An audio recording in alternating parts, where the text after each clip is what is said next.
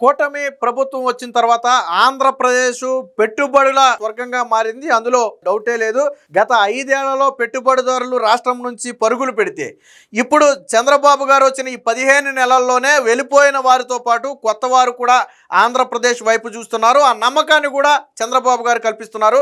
మనందరికీ తెలుసు, ఇప్పటికే అనేక కంపెనీలు ఆంధ్రప్రదేశ్తో ఎంఓయూ కూడా కుదుర్చుకున్నాయి. 1-2 ఏళ్లలో వాటి నిర్మాణాలు పూర్తి చేసి ఎంప్లాయ్మెంట్ కూడా క్రియేట్ చేస్తామని చెప్పి హామీ కూడా ఇచ్చాయి. అయితే తాజాగా చంద్రబాబు గారు ఢిల్లీలో జరిగినటువంటి సిఐఐ సదస్సులో అయితే పాల్గొన్నారు. ఈ సదస్సు సందర్భంగా అక్కడ పారిశ్రామికవేత్తలకు కూడా చంద్రబాబు గారు ఒక పిలుపునిచ్చారు. అయితే అందరిలా కాకుండా చంద్రబాబు గారు ఏం చెప్పారంటే, ఫస్ట్ మీరు ఆంధ్రప్రదేశ్ రండి, మా ఆంధ్రప్రదేశ్లో ఉన్న వాతావరణం చూడండి, సో ఇక్కడ ప్రభుత్వ విధానాలు ఒకసారి చూడండి, ప్లేసెస్ ఒకసారి చూడండి, ఆ తర్వాత మీకు నచ్చితే పెట్టుబడులు పెట్టండి అని చెప్పి ఒక అద్భుతమైన ఆఫర్ ఇచ్చారు. ఎందుకంటే మనకి యువ శ్రామిక శక్తి అధికంగా ఉంది. పరిశ్రమలకు కావాల్సింది ప్రధానంగా శ్రామిక శక్తి కావాలి. సో నైపుణ్యం కలిగినటువంటి శ్రామికులు ఆల్రెడీ మన దగ్గర పుష్కలంగా ఉన్నారు. ఇదే సమయంలో అత్యధిక తీర ప్రాంతం కలిగినటువంటి రాష్ట్రంగా మనకు పేరుంది. సో ఇది పరిశ్రమలకు అత్యంత అనుకూలమైన వాతావరణం. వీటన్నిటికీ మించి ఫ్రెండ్లీ గవర్నమెంట్ ఉంది. So speed of doing business ఆంధ్రప్రదేశ్లో అమలు చేస్తున్నామని చెప్పి నిన్న చంద్రబాబు గారు కూడా చెప్పారు. సో రాబోయే రోజుల్లో అనేక కంపెనీలకు ఆంధ్రప్రదేశే కేర్ ఆఫ్ అడ్రస్గా మారబోతుంది అనే విషయాన్ని కూడా నిన్న స్పష్టం చేశారు. ఇదే సందర్భంలో మంత్రి పీయూష్ గోయల్ కూడా మాట్లాడే సందర్భంలో టెక్నాలజీ అంటేనే చంద్రబాబు, చంద్రబాబు అంటేనే టెక్నాలజీ అనే ముద్ర ఉన్న ఏకైక నాయకుడు చంద్రబాబు గారే. దేశంలో టెక్నాలజీని ఆయన వాడినట్టుగా వేరొక వ్యక్తి వాడలేరు అని చెప్పి స్వయంగా మంత్రి పీయూష్ గోయల్ కూడా చెప్పడం జరిగింది. ఏది ఏమైనా చంద్రబాబు గారు ఆంధ్రప్రదేశ్లో పెట్టుబడుల కోసం విశ్వ ప్రయత్నం చేస్తున్నారు. నవంబర్లో మనకి విశాఖలో పెట్టుబడుల సదస్సు జరగబోతుంది.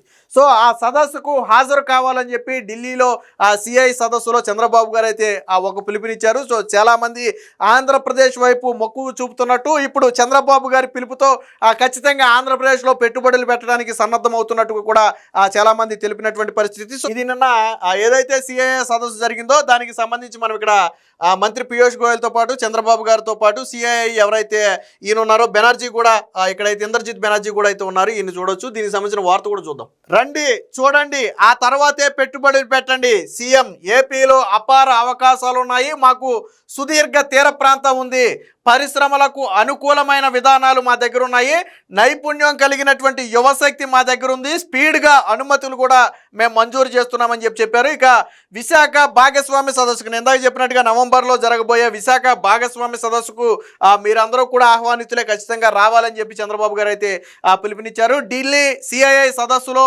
ముఖ్యమంత్రి పిలుపు, సంస్కరణ శిల్పి చంద్రబాబు అంటూ కేంద్ర మంత్రి అయితే చెప్పారు. దానికి సంబంధించిన వార్త కూడా వచ్చింది. సో రాష్ట్రానికి పెద్ద ఎత్తున మ్యానుఫ్యాక్చరింగ్ పరిశ్రమలు తీసుకురావాలని లక్ష్యంగా పెట్టుకున్నాం, మా రాష్ట్రాన్ని సందర్శించిన తర్వాతే పెట్టుబడులు పెట్టాలని పారిశ్రామికవేత్తలను కోరుతున్నాను, పెట్టుబడులను ఆకర్షించడంలో మాకు ఒక ట్రాక్ రికార్డు ఉంది, logistic, deep technology, space city, electronics, drone, aerospace హబ్బులను మాకు ప్రాధాన్యత. ఆంధ్రప్రదేశ్లో త్వరలోనే ఇవన్నీ కూడా అతిపెద్ద హబ్బులు కాబోతున్నాయని చెప్పి చంద్రబాబు గారు చెప్పారు. అలాగే క్వాంటమ్కు సంబంధించి కూడా 2026 జనవరి నుంచే క్వాంటమ్ ఆంధ్రప్రదేశ్లో ప్రారంభమవుతుంది. ఆ తర్వాత దాని ఉత్పత్తులు కూడా 2 ఏళ్లలోనే ప్రారంభిస్తుంది. సో ఇదొక అతిపెద్ద శక్తిగా ఆంధ్రప్రదేశ్లో అవతరించబోతుందని చెప్పి చంద్రబాబు గారు కూడా చెప్పడం జరిగింది.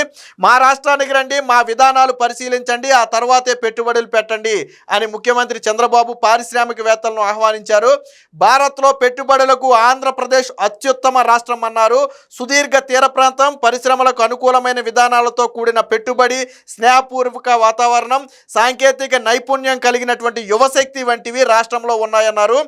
ఈజ్ ఆఫ్ డూయింగ్ బిజినెస్ స్థానంలో స్పీడ్ ఆఫ్ డూయింగ్ బిజినెస్ విధానాన్ని మేము అమలు చేస్తున్నామని చెప్పి చెప్పడం జరిగింది. సో అంటే పారిశ్రామికవేత్తలకు కావాల్సిన అన్ని సౌకర్యాలు అటు ప్రభుత్వం తరపు నుంచి కావచ్చు, ఇటు పర్యావరణం తరపున కావచ్చు, లేదా శ్రామిక శక్తితో విధానంలో కావచ్చు, అన్ని రకాలుగా కూడా ఆంధ్రప్రదేశ్ అత్యుత్తమ పాలసీని అందిస్తుంది.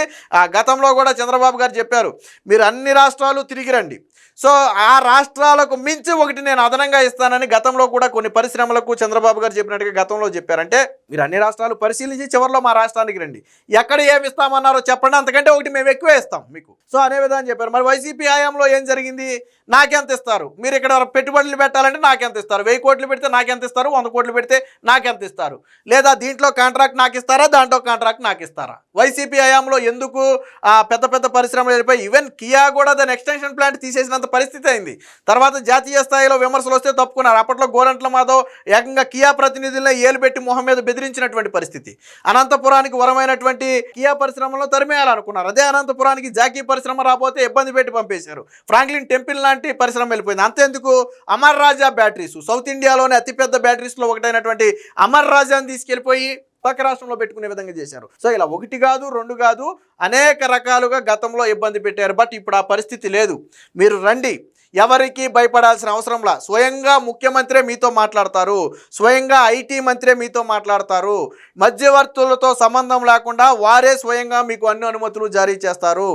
ఏ రకంగా మీకు లాభసాటిగా ఉంటుందో ఆ రకంగా ప్రభుత్వం సహకరించడానికి సిద్ధంగా ఉందని చెప్పి చంద్రబాబు గారు అయితే చెప్పారు. దీనికి సంబంధించిన మరొక వార్త కూడా ఉంది, ఒకసారి చూద్దాం. మంగళవారం ఢిల్లీ భారత పరిశ్రమల సమైక్య సిఐఐ నిర్వహించిన 30వ భాగస్వామ్య సదస్సులో కేంద్ర వాణిజ్య మంత్రి పీయూష్ గోయల్తో పాటు సిఐఐ డైరెక్టర్ జనరల్ చంద్రజిత్ బెనర్జీతో కలిసి చంద్రబాబు గారు అయితే పాల్గొన్నారు. నవంబర్ 14, 15 తేదీల్లో సిఐఐతో కలిసి విశాఖలో నిర్వహించే పెట్టుబడుల భాగస్వామ్య సదస్సుకు రావాలని చెప్పారు. సో నవంబర్లో జరగబోయే ఈ సదస్సు అనేది సిఐఐ ఆధ్వర్యంలో వారి సహకారంతో జరుగుతున్నటువంటి సదస్సుగా చెప్పొచ్చు. సో వివిధ దేశాల రాయబారులను సీఎం సాదరంగా ఆహ్వానించారు. సంపద సృష్టికి పెట్టుబడి రావాలి, సంపద సృష్టిస్తేనే పేదరికాన్ని నిర్మించగలం. ప్రధాని మోదీ వికసిత భారత్ 2047 రూపొందిస్తే మేము స్వర్ణాంధ్ర 2047 రూపకల్పన చేశామని చెప్పారు. రాష్ట్రాన్ని $2.4 ట్రిలియన్ ఆర్థిక వ్యవస్థగా తీర్చిదిద్దటమే మా ముందున్న లక్ష్యం అని చెప్పారు. దీనికోసం ఒక 10 సూత్రాలను ఎంచుకుని దాని ఆధారంగా మేము పనిచేస్తున్నామని చెప్పారు. రాష్ట్రంలో పరిశ్రమలకు అనువుగా ఉండేలాగా లాజిస్టిక్స్ ను అభివృద్ధి చేస్తున్నాం. రేవులు, విమానాశ్రయాలు, రహదారుల నిర్మాణాలు చేపడుతున్నాం. స్పేసు, ఎలక్ట్రానిక్స్, డ్రోన్స్, ఏరోస్పేస్ సిటీలను ఏర్పాటు చేస్తున్నాం. విద్య, వైద్య రంగంలో అపార అవకాశాలు ఉన్నాయి. సమీకృత అభివృద్ధి అనేది ఇప్పటి వివాదం. P4 ద్వారా అది సాధ్యమేనని చెప్పి స్పష్టమైతే చేశారు. సో ఆంధ్రప్రదేశ్ 15% వృద్ధి రేటుతో పనిచేయబోతుంది, వృద్ధి రేటే లక్ష్యంగా పనిచేయబోతుందని కూడా చెప్పారు. 2026 జనవరి నాటికి అమరావతిలో క్వాంటమ్ కంప్యూటర్ పనిచేయడం ప్రారంభిస్తుంది. ఆ తర్వాత 2 ఏళ్లకే క్వాంటమ్ కంప్యూటర్ పరికరాలను కూడా ఉత్పత్తి చేసే దశకు చేరుకుంటామని తెలిపారు. 15% వృద్ధి రేటు లక్ష్యంగా ఆంధ్రప్రదేశ్ పనిచేస్తుందని చెప్పారు. ఇక విద్యుత్ రంగంలో 500 గిగావాట్లు దేశవ్యాప్తంగా ఉత్పత్తి చేయాలని నిర్దేశించుకుంటే దాంట్లో 160 గిగావాట్లు ఒక ఆంధ్రప్రదేశ్లోనే ఉత్పత్తి చేయాలని చెప్పి మేము మాకు లక్ష్యంగా పెట్టుకున్నామని చెప్పి చంద్రబాబు గారు అయితే చెప్పడం జరిగింది. సో తీర ప్రాంతంలో ప్రపంచ ప్రమాణాలతో పోర్టులు, పారిశ్రామిక లాజిస్టిక్ కారిడార్లు నిర్మాణం చేస్తున్నామని చెప్పారు. అడ్వాన్స్డ్ ఫుడ్ ప్రాసెసింగ్ యూనిట్లను ప్రోత్సహిస్తున్నామని, రైతులకు లబ్ధి కలిగేలా బిగ్ టెక్ కంపెనీలకు ఏపీలో కీలకంగా మారబోతుందని చెప్పారు. సహజ పర్యాటక ప్రాంతాలు తమ రాష్ట్రానికి ఉన్న అతిపెద్ద వనరుగా చంద్రబాబు గారు అయితే చెప్పడం జరిగింది. సో ఇక్కడ ఇదే సందర్భంలో మంత్రి పీయూష్ గోయల్ కూడా మాట్లాడారు. చూడండి ఒకసారి.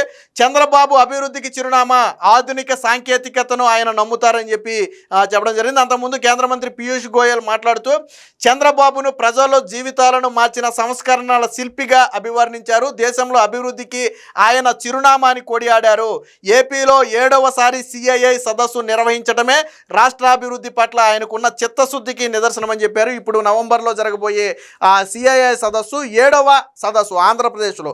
సో అంటే ప్రతిసారి ఇలాగా సదస్సులు నిర్వహించి చంద్రబాబు గారు రాష్ట్రానికి పెట్టుబడులు అయితే ఆకర్షిస్తున్నారు.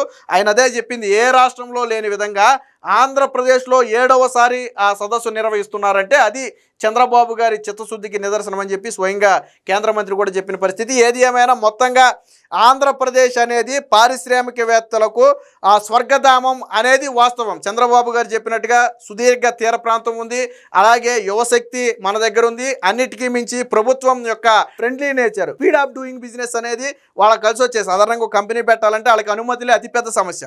కానీ ఈ అనుమతులనే రోజుల వ్యవధిలో కూటమి ప్రభుత్వం ఇవ్వబోతుంది, చంద్రబాబు గారు ఇవ్వబోతున్నారు. ఇది పరిశ్రమలకు కలిసి వచ్చే అతిపెద్ద అంశం. ఏది ఏమైనా మొత్తంగా ఆంధ్రప్రదేశ్లో భారీ స్థాయిలో పెట్టుబడులు పెట్టించడానికి చంద్రబాబు గారు విశ్వ ప్రయత్నం చేస్తున్నారు అనేది మరొకసారి స్పష్టమైంది.